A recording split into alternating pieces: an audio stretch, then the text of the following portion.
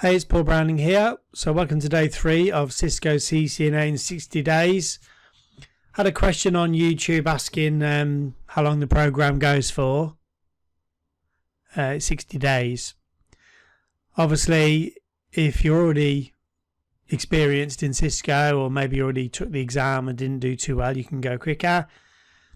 If you're busy and can't put in 2 hours per day, then it would take longer than 60 days. But if you do everything I say from scratch, it's 60 days. Alright, so please, if you haven't already, subscribe. That's the easiest way to get access to all the videos. Otherwise, you won't see them in your feed, and you can hit the bell icon to turn it into dark grey, please. So in 60 days, Ipv6 today. This is a big feature of the exam, and every iteration, every 3 years when they renew it, there's more and more and more. So today is a cram guide, which I showed you on day 0 and day 1 how to get. It's free to download. Watch today's videos, the theory. Do today's labs. There's a couple of, maybe 2 or 3 labs that I've put together at the end. Simple Ipv6. Just on the labs, I think I do one on live equipment because Packet Tracer doesn't quite support, it doesn't quite work well enough. So don't get frustrated if Packet Tracer doesn't do everything that I ask you to do, because it does have its limitations. Alright, so Ipv6 addressing, NDP for Ipv6, Network Discovery Protocol, Ipv6 subnetting, the labs. There's a couple of books. I've got Ipv6 Subnetting in my 101 Labs book for Ipv6, and IP Subnetting from 0 to Guru also. And so that's it. So we'll go into the theory. So grab a pen and paper, and we'll see you tomorrow. Welcome to the presentation on IP Version 6. So this was actually covered in the older style CCNA exam, but only very basic knowledge was needed, to be honest. You just needed to know how the address looked. Perhaps you might have been asked a little bit about the compression methods for IP Version 6 and how to represent the address correctly. You also needed to know a little bit about the tunneling methods, but not in any great detail. So in the new version of the CCNA, the IP Version 6 is in the ICND1 section of the syllabus. They do expect you to know an awful lot more, so I'm going to cover everything I think you need to know, and perhaps a little bit more in this lecture and a few others on IP Version 6. And we're also going to be doing some hands-on so we can put a lot of the theory into practice.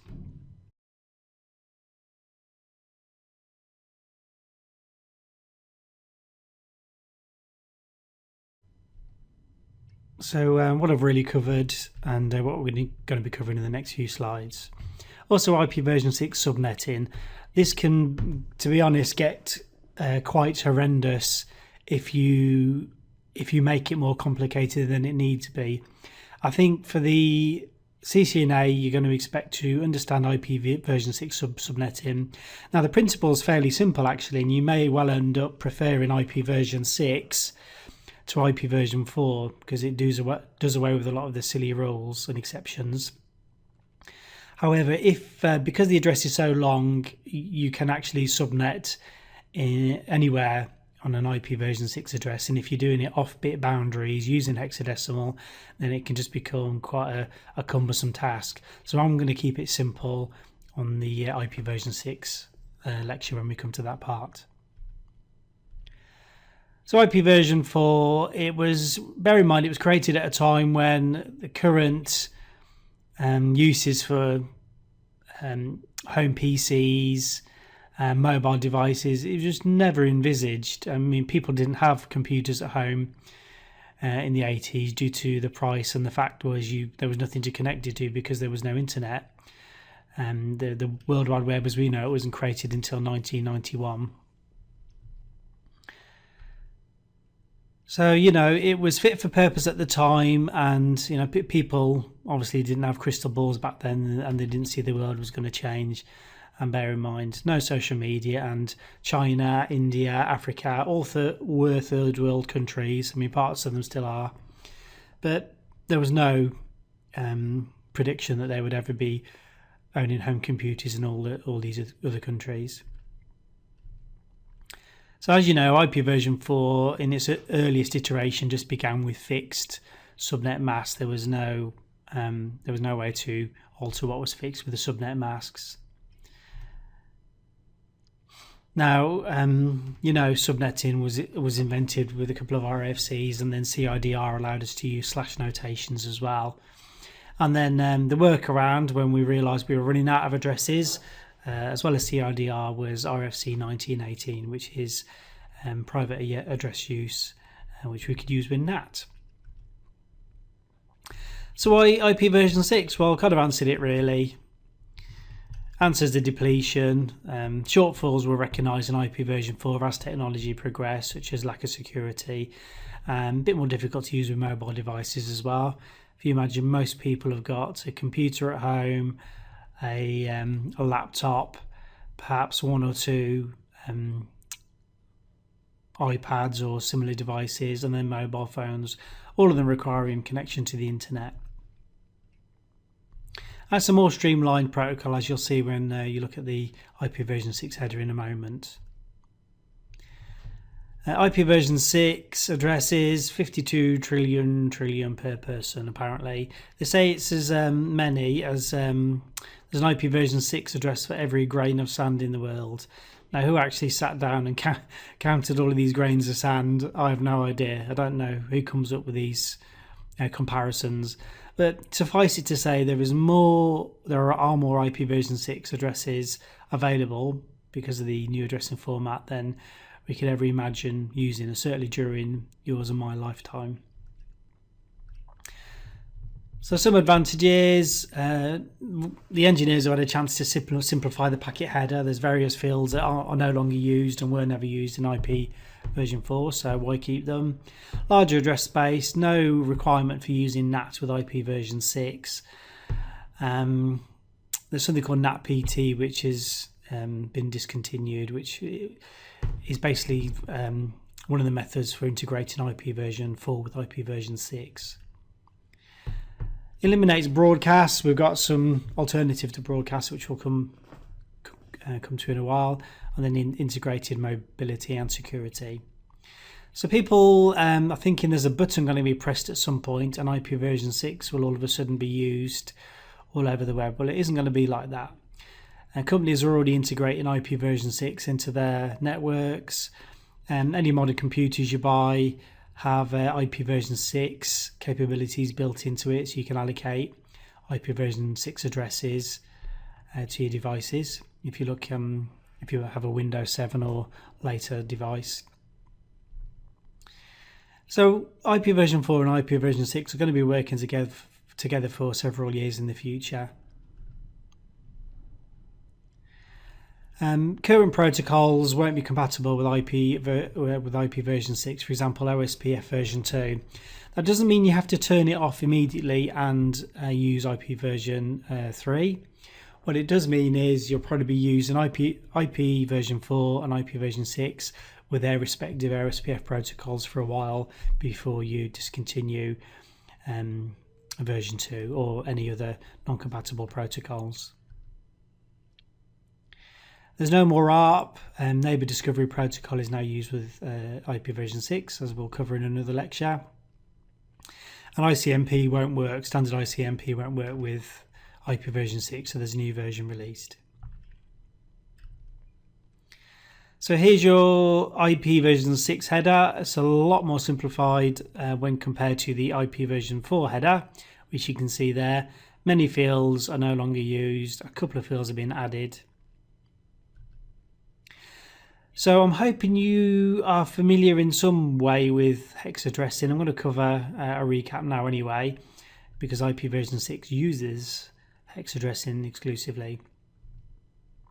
So a hex numbering system, instead of the 10 bits that we use for decimal or the 2 bits for binary, it's 16 bits.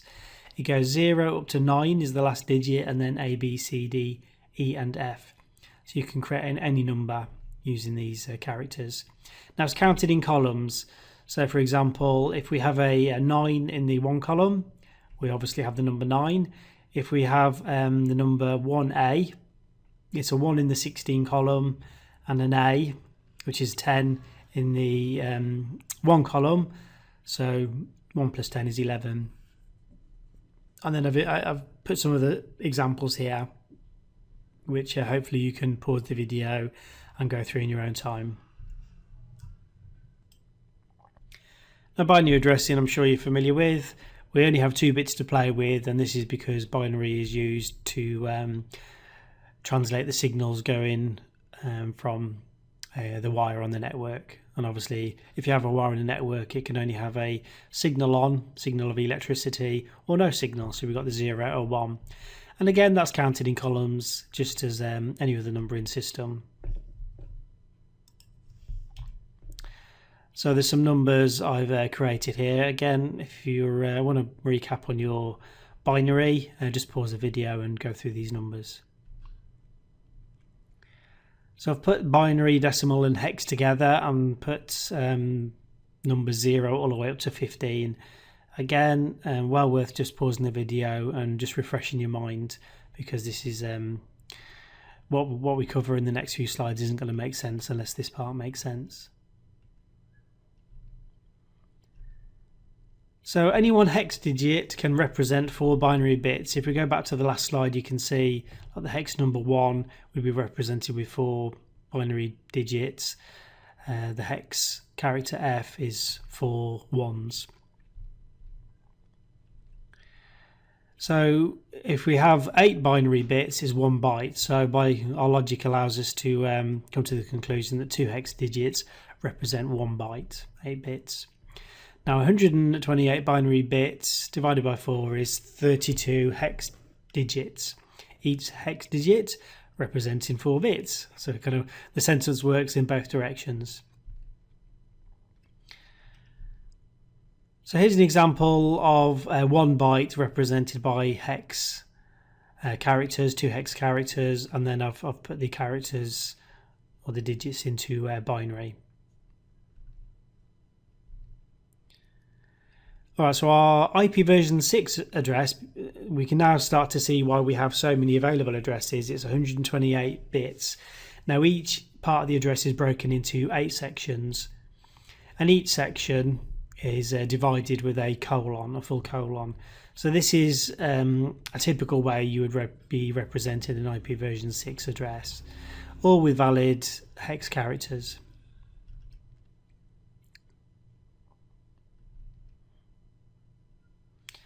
So just rewording what I've already said, and again, you probably have to watch this presentation a couple of times, but feel free to pause it at any point. So our preferred format is 8 places, each separated with a colon. And if I broke all of those places down into possible values, it could be anything from zeros, all zeros, to all Fs. Now as we go on, we'll see certain characters we can't actually use because they're reserved or illegal in Ipv Version 6. But I just wanted to show you all the columns full from the lowest address all the way up to the highest address. An official term for 4 hex bits is a hextet. So I've broken down the first hextet, if you like, into binary, and all the Fs are 4 sets of 4 zeros, or it starts off, sorry, all the zeros are 4 sets of 4 zeros, and all the Fs are 4 sets of 4 binary ones. So I've written down some Ipv Version 6 addresses, and we're going to be seeing a lot more of these. That first address is actually a loopback test address, which I'll come to later. Here's another address that you can see configured.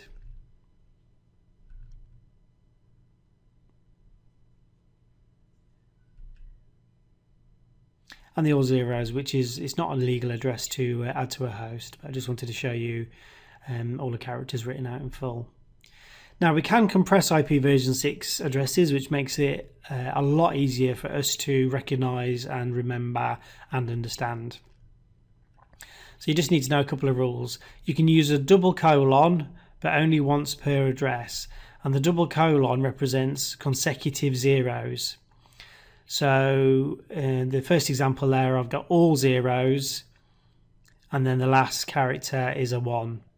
Now I could have actually just written 1 there, but this is the next rule, which I just want to cover one at a time.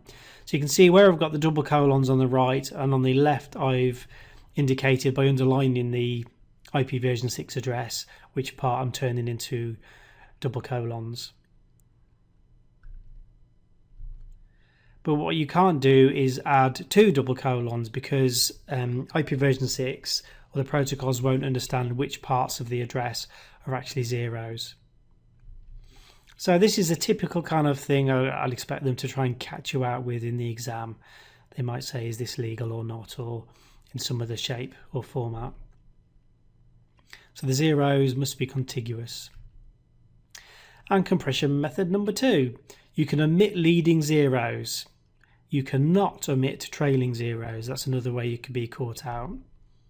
So I've underlined again on the left, and I've shown you on the right hand side what I've done with the addresses. For example, a second one down, 2001, and then I've got 2 sets of zeros. I could just, for this particular compression method, just have a 0:0. Now if you remember from the first compression method, I could have actually put a double colon there, which leads me to the next point, is you can actually mix both methods. You can use both compression methods. So just pause the video for a moment and just wrap your head around that particular example.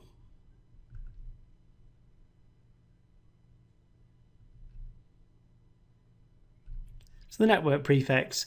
In IP version 4 we used a dotted decimal or hex or a bit count. And there's an example. There's our normal subnet mask. You can actually write it out in hex, not that I've seen anyone do it, or you can type the command into the iOS, which will allow you to type in the bit count, which is the CIDR representation. IP version 6, you've only got the bit count, so the / version, which indicates the network prefix.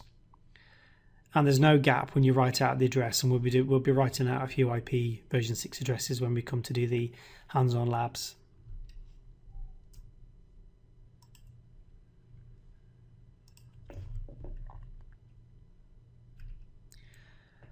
So the prefix is the network bits.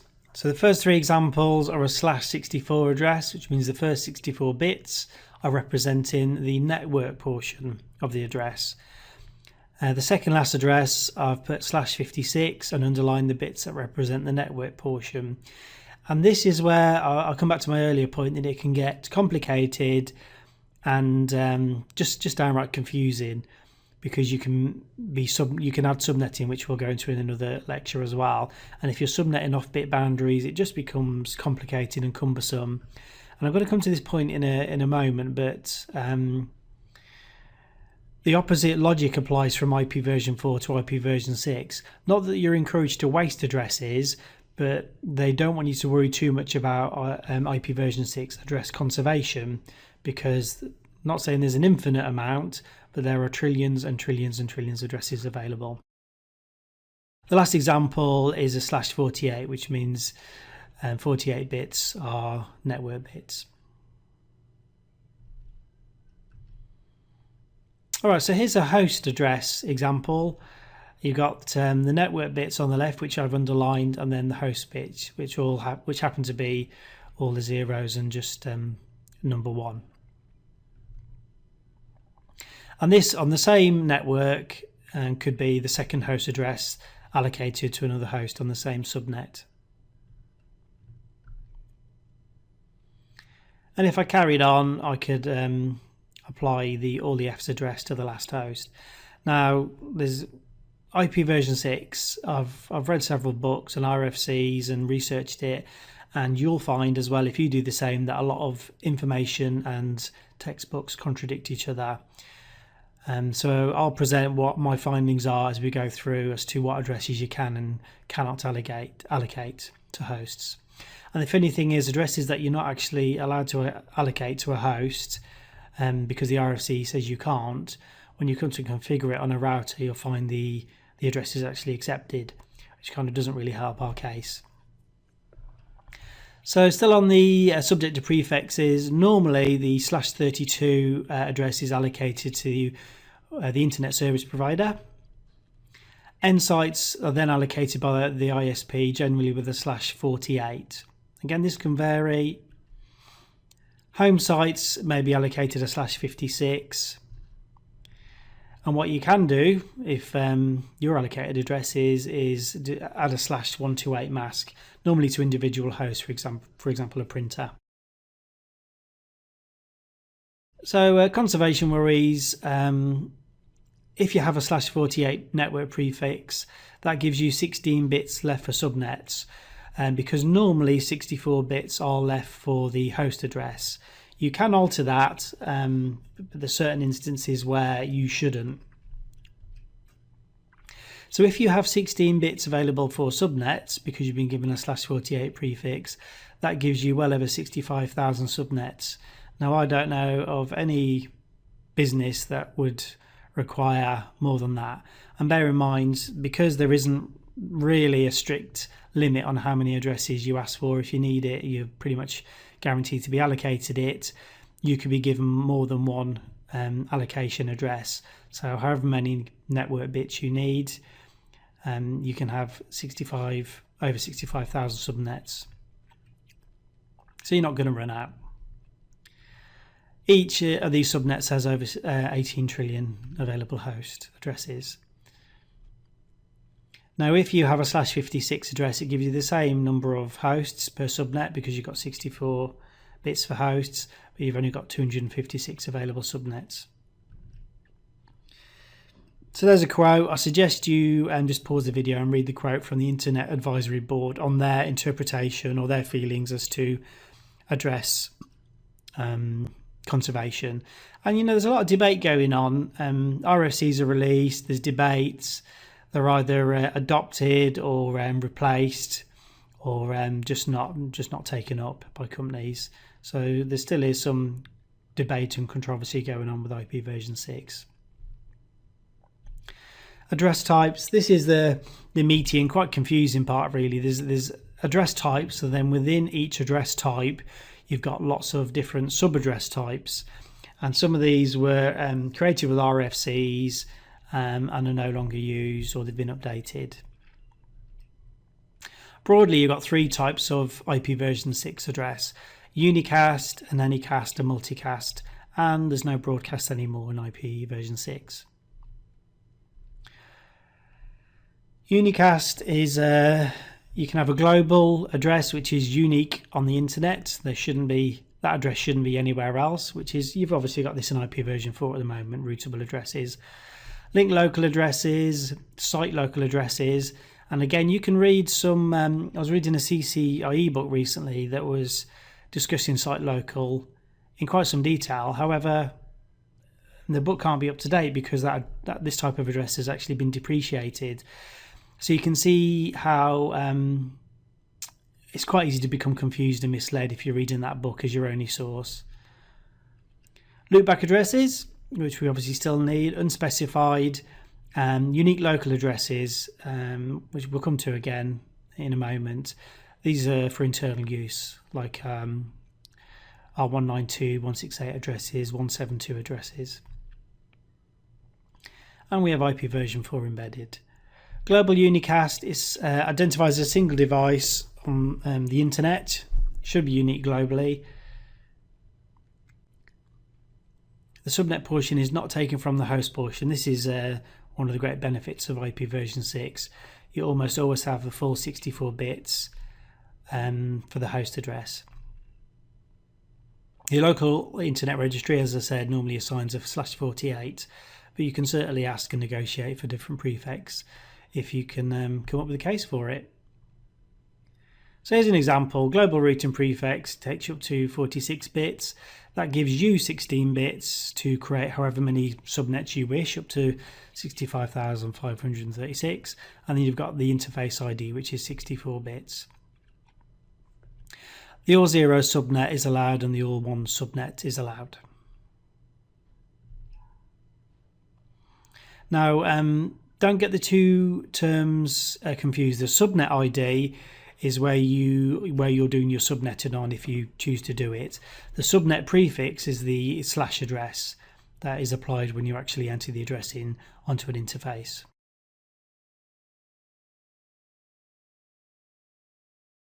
Now don't get confused, or it's easy to get confused I suppose, between IP version 4 and IP version 6. We don't call the addresses host IDs because an interface can and probably will have at least 2 IP version 6 addresses and could well have more, and they could be in the same subnet and they could be in different subnets. So what we generally call the IP version 6 address is an interface ID. Global Unicast addressing, I'm not sure how much detail they're going to dig in or expect you to know, because it becomes a little bit anal, expecting you to remember the first bits of many different IP version 6 address types in hexadecimal. However, the first 3 bits to recognise that address have been reserved and must be 001. So the first digit will either be a 2 if you do the hexadecimal, or it will be a number 3. You won't see any number 3s, not for some time yet. So I've written out addresses or your possible values. It's /3 because we're only worried about the first 3 bits, and first and the last possible hextet values. The all 0 subnet. So I was talking about confusion, and as I was researching and digging deeper into the subject myself, I found a lot of contradictions and some reliable resources that seem to contradict each other as well. For example, Wikipedia, which is normally very carefully edited, says within each subnet the highest 128 interface identifier values are reserved for assignment. So the highest 128 interface identifier is the highest number you could use. So hopefully you agree with that. So in binary you'd have 1 in all of the possible values. However, if you look at the RFC I've quoted in the bottom line there, it's the lowest address within each subnet is reserved as a subnet router Unicast address. So you can see why people become confused. But I've put RFC numbers that you may want to look at there, the RFC 4291 and 2526. Alright, so an easy way to get your head around this is to think of the blocks of addresses, the hextets, in a ratio of 3:1:4. So on the left hand side there's all 8 hextets. The third one I've written in red, and this is our subnet ID, and if we're given a /48 prefix, that means our first 3 hextets will be fixed for us. The third one then we can do our subnetting in. Sorry, the fourth one we can do our subnetting in. The last 64 bits are interface addresses that we could allocate.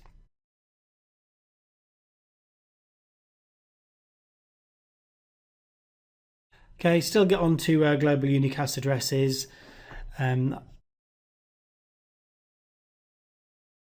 These are the addresses that have been allocated already.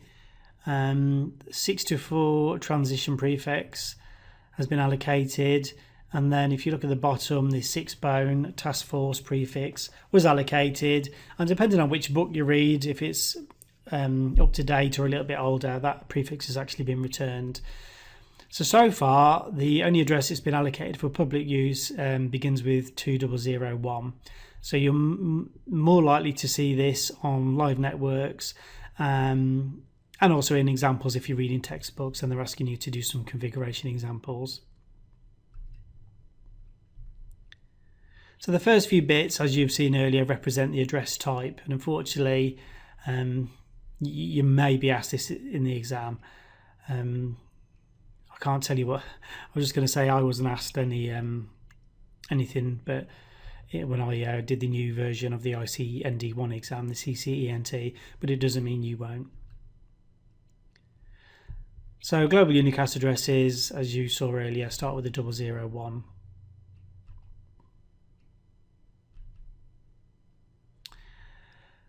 Other high order Ipv6 address types, again, you may want to just pause the video for a moment and write these out and commit them to memory.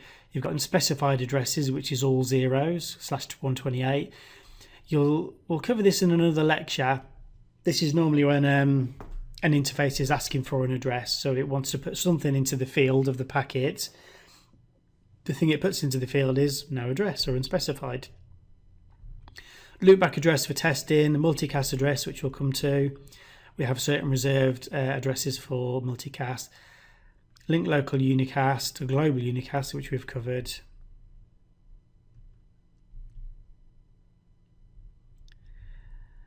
And I mentioned for the global unicast, these are the possible values, the lowest and the highest. As I mentioned, each address can have multiple Ipv6 addresses, so it's a calls for a slightly different thinking really for those of us that are used to dealing with IPv4 only. But in order to get Ipv6 working, you must have at least a link local address. So you don't need a globally routable address on your interface, but in order for Ipv6 interfaces to communicate with neighbours, must have at least a link local address. Well, you'll see more when we do some configuration.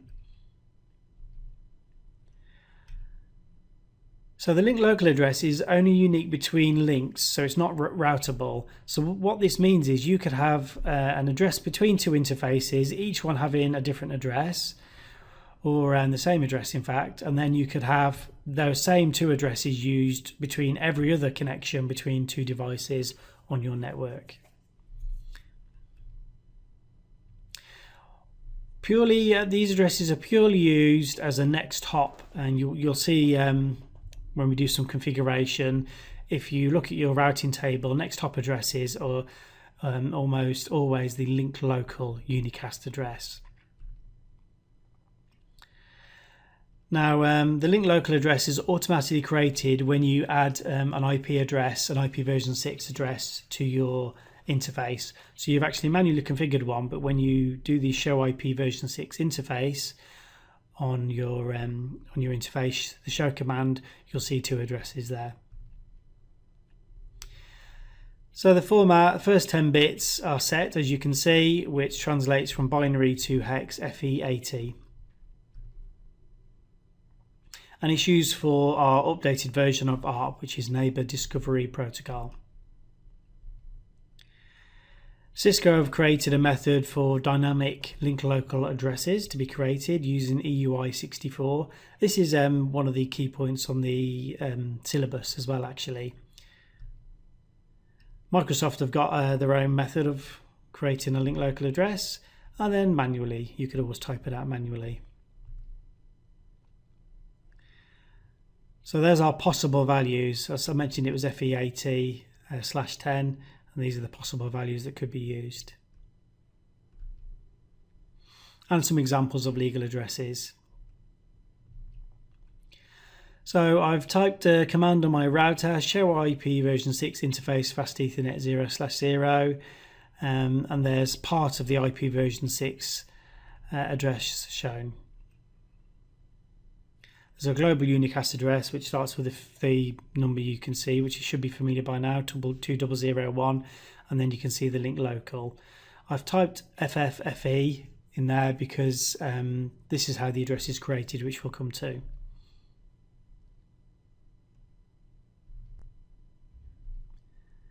So mentioned before, routing protocols use link local addresses to establish adjacencies with their neighbours.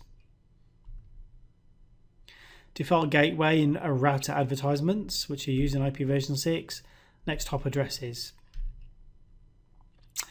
Unique local unicast addresses reserved. The first 7 bits as you can see in binary, and then in hexadecimal FC00/7. So that gives us these possible ranges of addresses in hexadecimal. Used for internal testing, so non-routable addresses, same as our publicly allocated addresses, as long as you don't plan to go out on the internet with them. Now, I mentioned EUI64. This is an automatic way to create our Ipv6 interface ID using our MAC address. Now, Cisco invert the 7th bit of the interface ID. Serial interfaces, the router uses the lowest MAC interface. So you won't have a MAC address for a serial interface a lot of the time.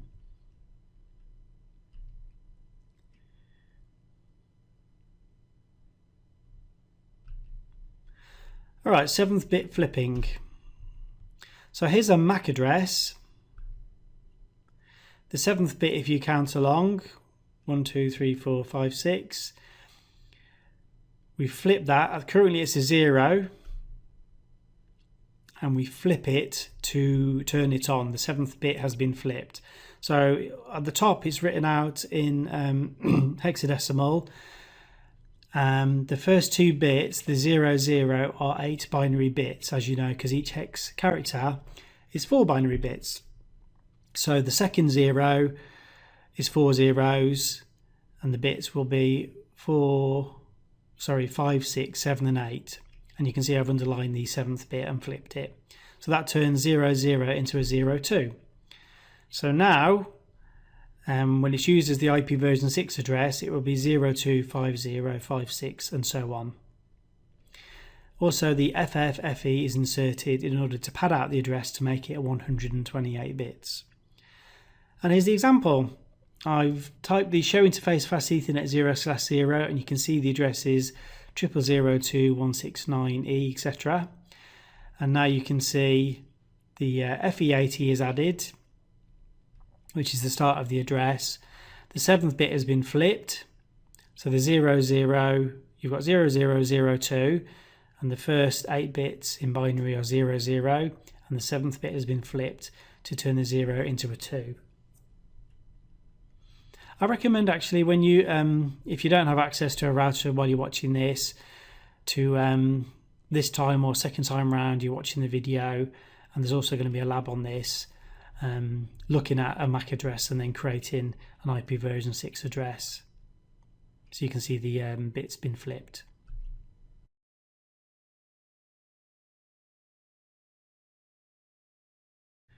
As I said, Cisco will automatically enable this. You can actually manually configure it if you so wish also. So here's a router output. I've typed IP version 6 Unicast routing, which enables IP version 6, interface fast Ethernet 0/0, IP version 6 address, and I've typed out the address and then /64 and then a question mark, and you can see one of the 2 choices is EUI64. So I'm basically saying, can you use the MAC address to allocate the IP address to this interface? And the output is shown on the right.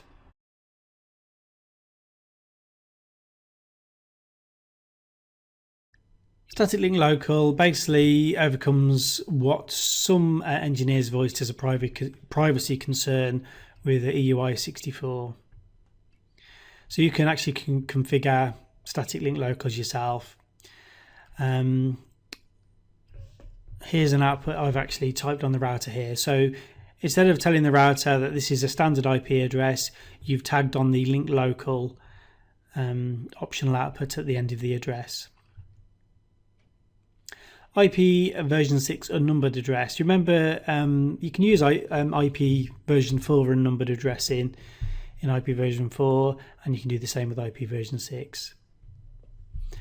I've typed out the commands here: IP version 6 Unicast routing to enable IP version 6. IP version 6 address autoconfig. So this is enabling IP version 6 addressing on this interface. I've typed this command out yourself when you're on a router, but basically because I haven't added an Ipv Version 6 address yet, I have to enable Ipv Version 6 addressing with this command. And then what I've said is use the unnumbered interface from the fast Ethernet 0/0. Loopback addressing, same as IP version 4, but with a different number. The number is 1. Or if I wanted to type it out in the most efficient way possible, colon, and then 1/128.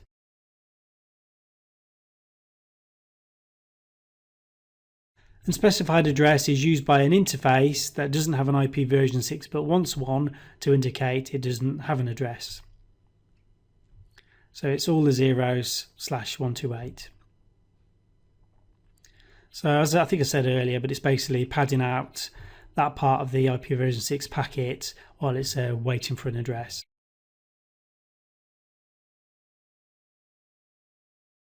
Unique local address.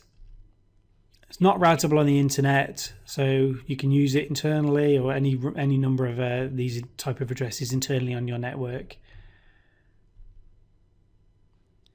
And these are the address ranges you can use for unique local addresses.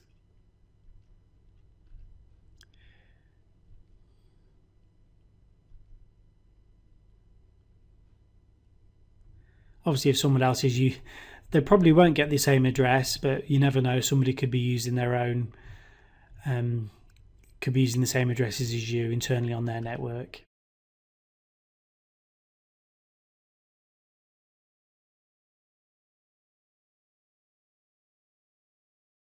So this is a pseudo random way of creating your address. Now, RFC 4193, if you want to read up more, suggest ways or algorithms that are available on the internet to create pseudo random interface IDs. The logic behind this is you're not creating an interface ID that's the same as another network somewhere else.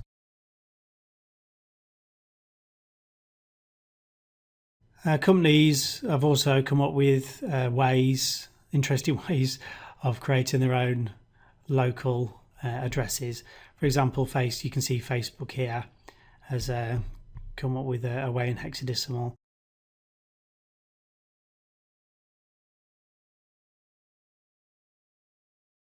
Alright, so RFCs, which cover address choices, RFC 4193.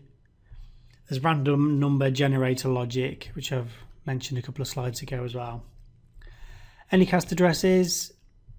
So this represents a service. An Unicast address is not a specific device. It's a service on a part of your IP version 6 network. The router is not aware that there's multiple devices connected. So what happens is the router will have a lowest cost to route to a particular device, or it thinks it's a device, although it's multiple devices, and it will send the packets to the lowest cost route. So that IP version 6 address is actually allocated to more than one device. So here's an example here. The packets go into the host address, which you can see is actually allocated to 3 servers, and the router has allocated a cost, so it will simply just route the packet to the lowest cost. It's not actually aware that there's 3 different servers.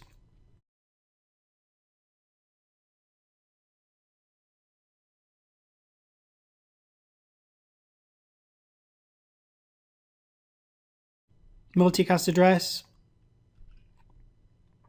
Same as IP version 4 really, represents a group of devices.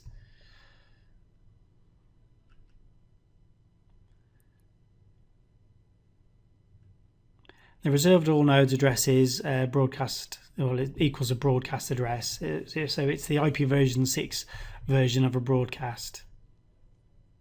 A multicast address is recognized in the following format: FF00/8. And there's some well-known addresses that have been reserved.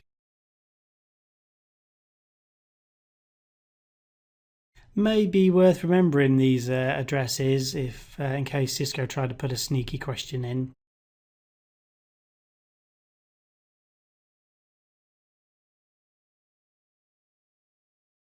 Okay, using Ipv6 with Ipv4, I've actually got another presentation on this, so I'm just going to skip through these points. We'll come to this in another lecture. That was in there from a previous incarnation of this presentation where you only actually needed to be able to name them. Enable Ipv6 routing with the command Ipv6 Unicast -routing. Now that enables the routing, but it won't enable any Ipv6 addresses on your interface. We're going to come to, you've already seen some of the commands, but we're going to come to how to do it and actually applying our own addressing in a hands-on lab.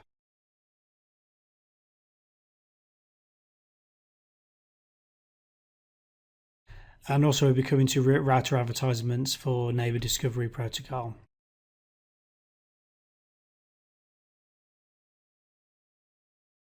Ipv6 Neighbour discovery protocol.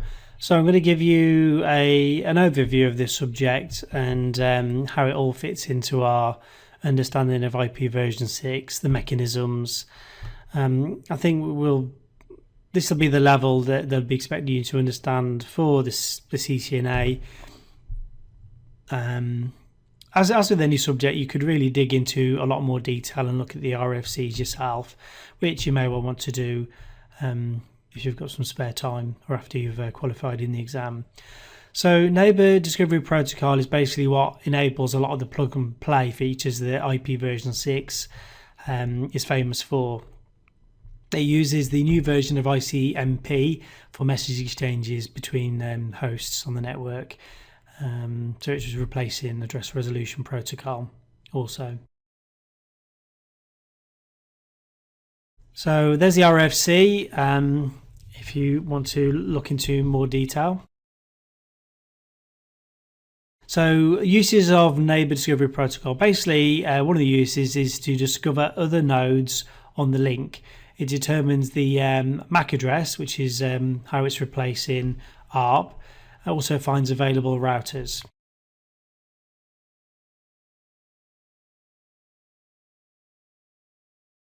Part of the NDP mechanism is to find reachabilities to active nodes on the network. So a couple of the messages we need to be aware of are router advertisements and router solicitation messages, neighbour solicitation, and neighbour advertisements. You can break these two into, and the redirects, which we'll come to, you can break these into two types of messages. The router advertisements and solicitations are host to routers and routers to hosts. Our neighbour solicitation and advertisement messages is similar to ARP, and it's requesting layer 2 information or sending layer 2 information. So here's an example of our router solicitation. A host boots on the network and requests configuration information for an interface. You see the replies from the two routers there going to the all host address FF02, and it ends in a 1, whereas the solicitation is FF02 host address 2, and you can see the replies coming back from both routers. Neighbour solicitation, you can see host number 1 has sent a neighbour solicitation message looking for a reply from a certain host. The host uses a neighbour advertisement message to reply saying this is me with that IP address, Ipv6 address, and this is my MAC address. ICMP version 6 type packet is sent out as a 135 and the reply is a 136. Plug and play features I've already mentioned that use Neighbour discovery protocol is the router discovery, prefix discovery, which is basically tell me what my network prefix is. Addresses can auto configure on interfaces and resolve addresses. Next hop determination, i.e. where do I send this packet. Now, neighbour unreachability determination, which is part of the ICMP. Duplicate address detection, i.e. is this address that I'm about to use already in use on the network. And then redirects. NDP also has security built in. Messages are always sent are linked local, so they're going from host to host locally, not sent out across the network.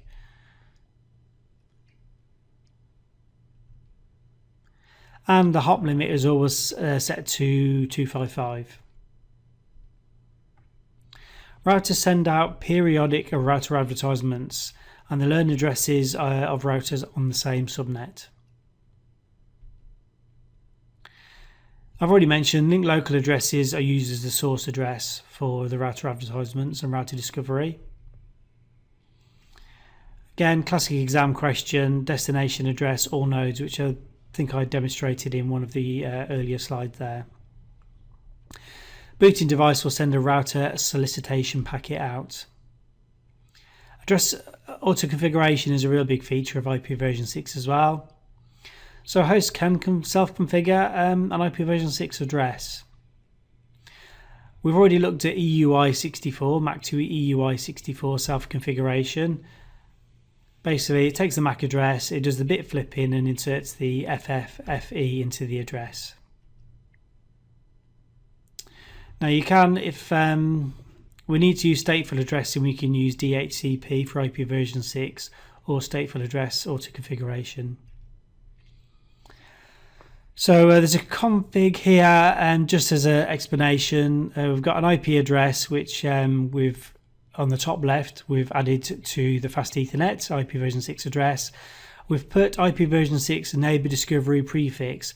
So what this is saying is if an address is requested from another device, from a host on the network, then we use this prefix address, and then we can the host can use the EUI64 to create the host portion of the address.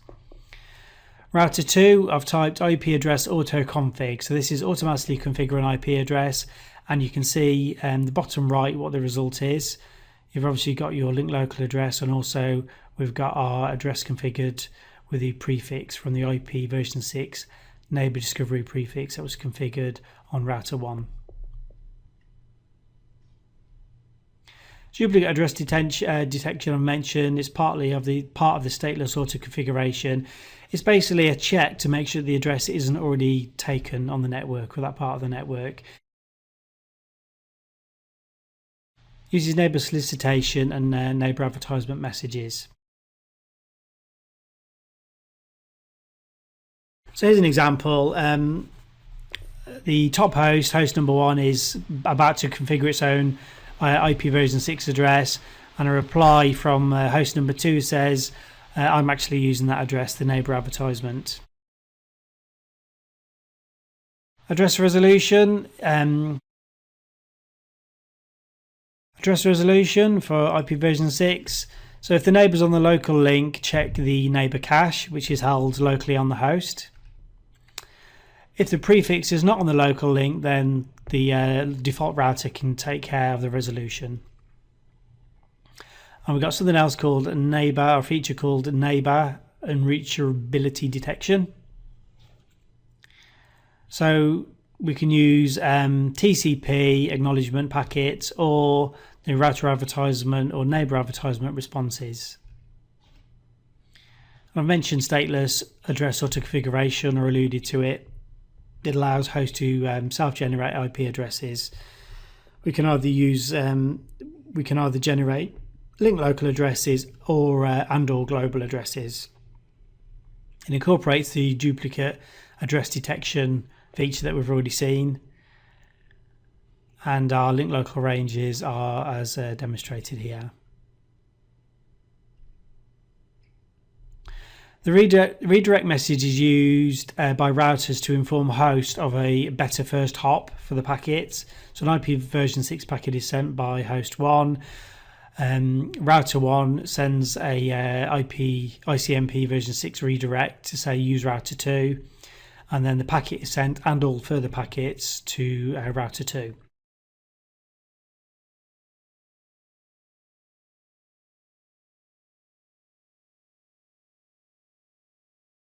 Ipv version 6 subnetting. You may or may not be asked Ipv version 6 subnetting. I can almost guarantee you'll be asked Ipv version 4 subnetting in the ICND1. It's a massive part of the ICND1 still, even though it's the new version of the exam. So We're going to cover IP version 6 subnetting anyway. It's a fairly simple process. It can be made difficult if you start subnetting off bit boundaries, which I'm not going to go into. I don't see the point. So just a repeat of some of the other slides from the first presentation. You know how we represent the network prefix in IP version 4, and in IP version 6 it's just the bit count, so the slash number basically. And that tells us how many bits we are using for the network. So some examples there. For these examples I've just put all /64s. And we can see that indicates which parts are for the network and which part is for the host on the network.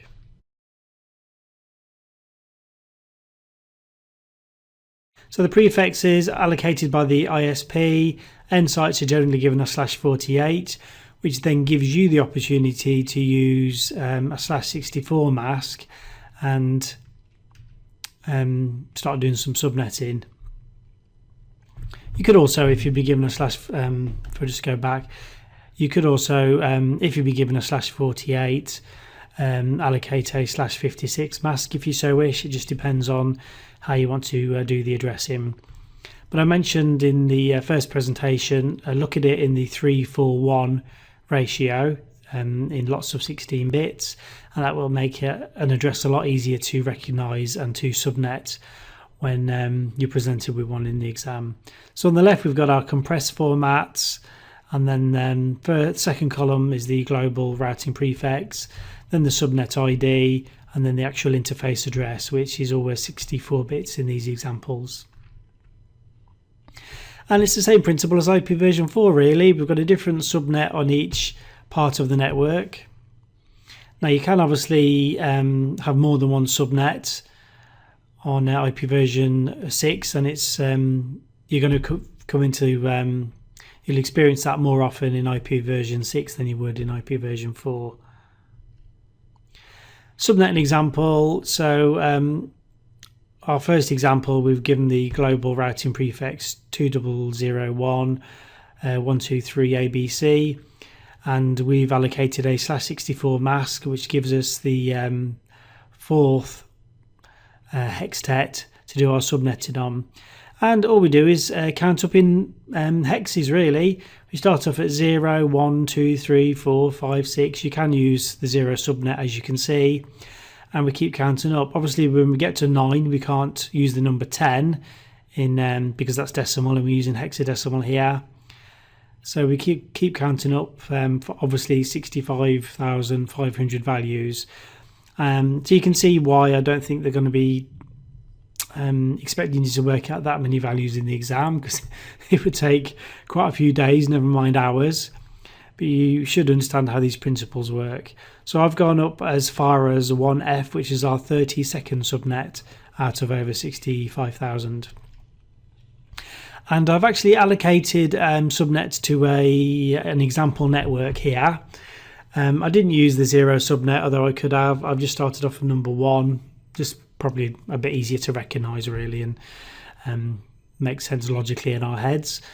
So one subnet on the left, subnet number 2, 3, 4 and 5.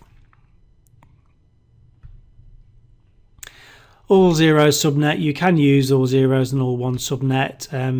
I think the Wendell Loden book, someone mentioned to me, I had a look at it, that isn't correct on that particular point. Don't use the all 0s for a host address. Now try it for yourself. I think you can actually type out the address as a host address, although you shouldn't use it. Now you can extend the prefix all the way up to /112 or even 128 if you're allocating it to a specific host, for example a printer, which I mentioned earlier.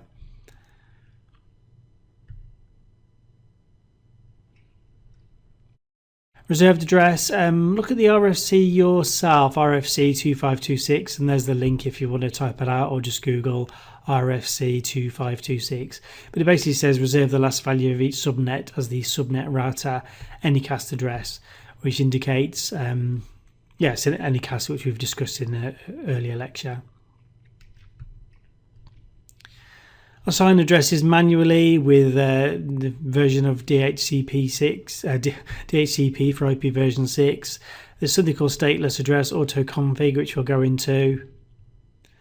And there's the RFC for SLACC.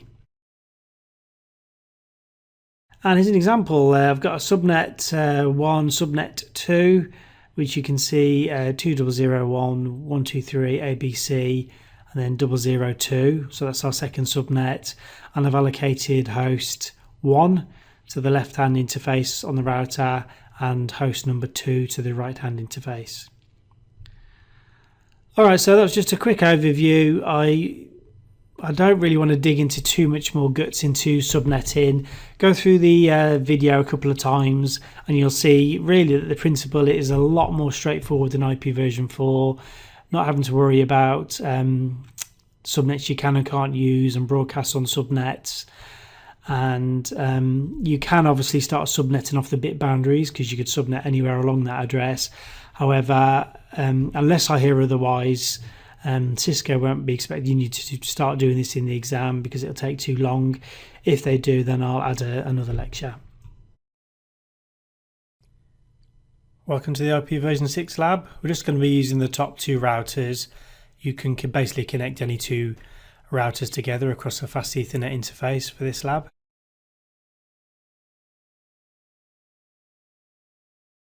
So we'll enable Ipv6 routing with the Ipv6 Unicast routing command. Interface fast Ethernet 0/0. Then I'm going to add an Ipv Version 6 address. This particular address is 2001. Then it's all the A's and B's and C's if I follow the diagram up here.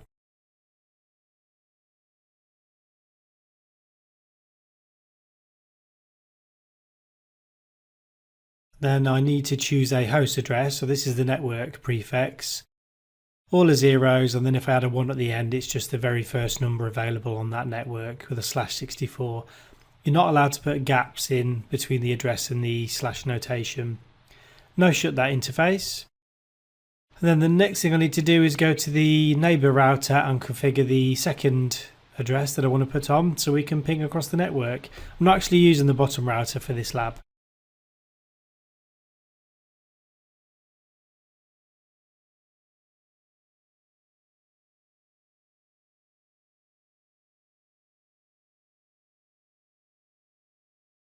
So basically it's the same commands over again, but this time I'm going to choose host number 2 from the same network. So as soon as possible, I'd like you to test out this lab on some equipment and just keep typing out the commands until you no longer need to look at the answers.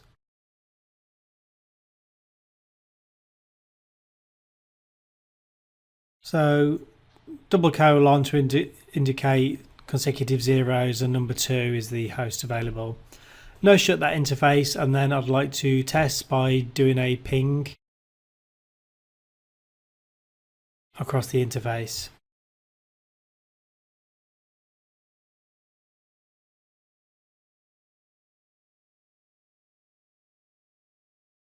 There we go, successful ping. You can see if you do the show Ipv Version 6 interface, fast Ethernet 0/0, you'll be able to see that we've got our address that we configured and also our link local address, which is made up from our MAC address. You can recognize the FE80 indicating it's link local anyway. And if I do a show interface fast Ethernet 0/0, you'll be able to see the MAC address. So if you recognise the 43476501, and then you can see up here the 43 FFFE is inserted, and then the 476501 on the end, and obviously the 7th bit is flipped as per the previous lecture. Welcome to our Ipv Version 6 Neighbour Discovery Lab. I'm using the VRACs on howtonetwork.com here, which are based on GNS3, but they run in a virtual machine. If you want to download the software, it's on howtonetwork.com and it's free under VRACs. So I'm dragging two 3700s over. I've got an iOS already loaded for these devices and it's a stable machine. Make a connection between the two fast Ethernet interfaces. Turn the routers on.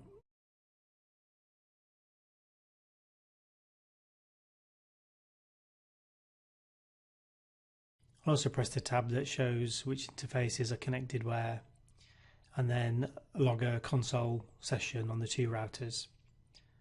So what I want to demonstrate here is how we can use stateless address auto configuration for one device to obtain an address from the other device.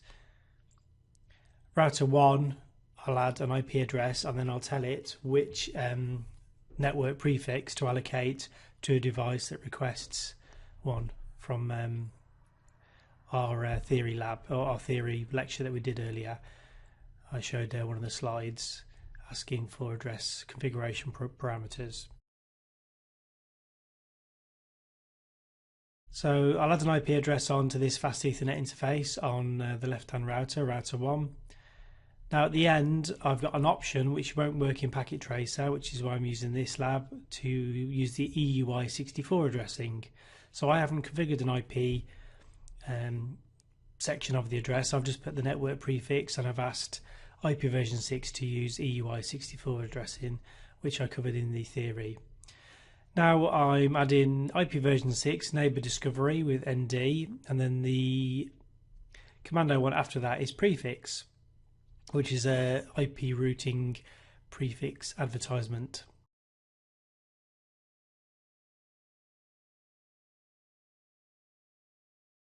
So this is for a host that wants to obtain some address configuration information. So the prefix I'm going to give is the same that was allocated to the fast Ethernet interface.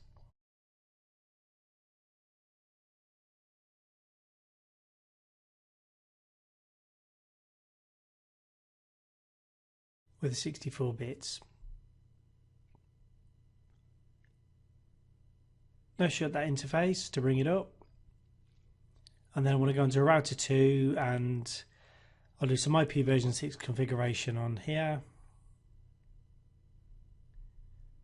Need to enable IP version 6 every time.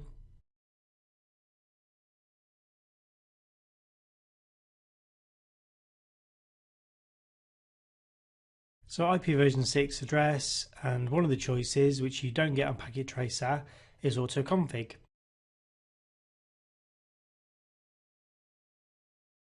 So I'll type that in and then the interface will send out a request using Neighbour Discovery protocol asking for configuration information. Now shut the interface. If I type in now and then I can look at the configuration, show IPv6 interface fast Ethernet 0/0 to see what has been allocated.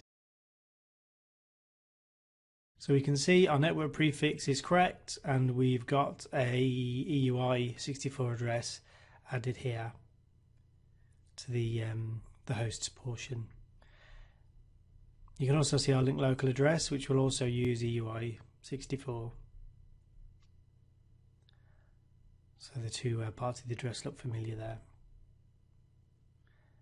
I'm just going to copy this address all now so I can do a ping from one router to the other. I'll do an IP version 6 echo.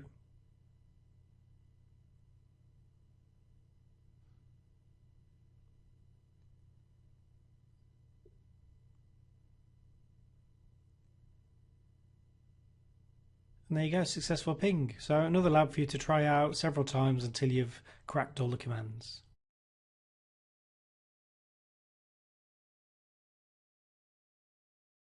IP version 6 Neighbour Discovery Protocol. So I'm going to give you an overview of this subject and how it all fits into our understanding of IP version 6, the mechanisms. I think this will be the level that they'll be expecting you to understand for the CCNA, and as with any subject, you could really dig into a lot more detail and look at the RFCs yourself, which you may well want to do if you've got some spare time or after you've qualified in the exam. So Neighbour Discovery Protocol is basically what enables a lot of the plug and play features that Ipv Version 6 is famous for. It uses the new version of ICMP for message exchanges between hosts on the network. So it's replacing Address Resolution Protocol also. So there's the RFC if you want to look into more detail. So uses of Neighbour Discovery Protocol. Basically, one of the uses is to discover other nodes on the link. It determines the MAC address, which is how it's replacing ARP. It also finds available routers.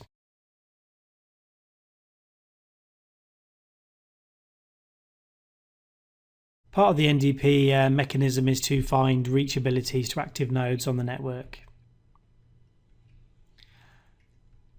So a couple of the messages we need to be aware of are router advertisements and router solicitation messages, neighbour solicitation, and neighbour advertisements. You can break these two into, and the redirects, which we'll come to, you can break these into two types of messages. The router advertisements and solicitations are host to routers and routers to hosts.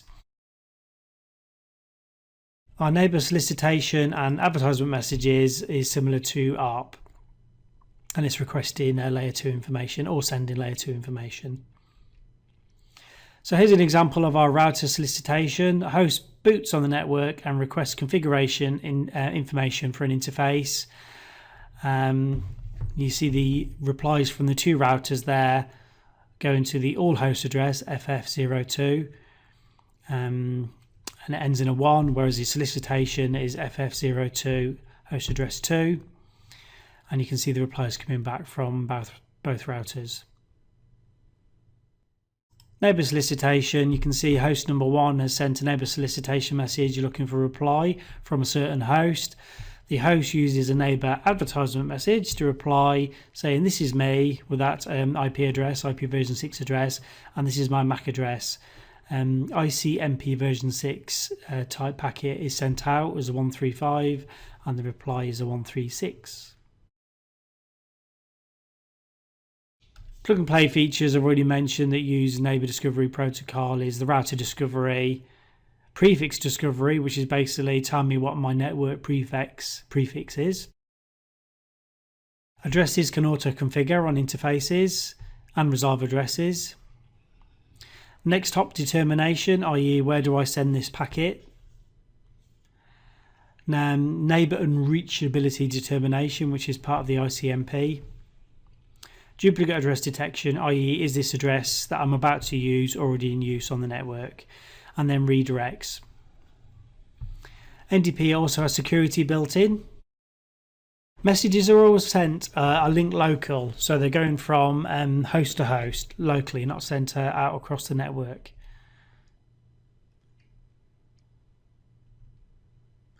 And the hop limit is always set to 255.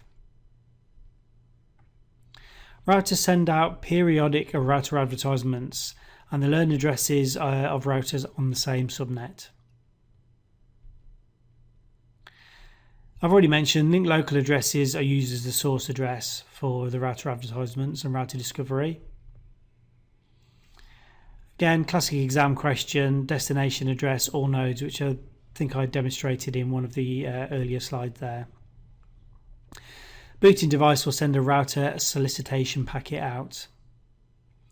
Address auto configuration is a real big feature of Ipv Version 6 as well. So hosts can self-configure an Ipv Version 6 address.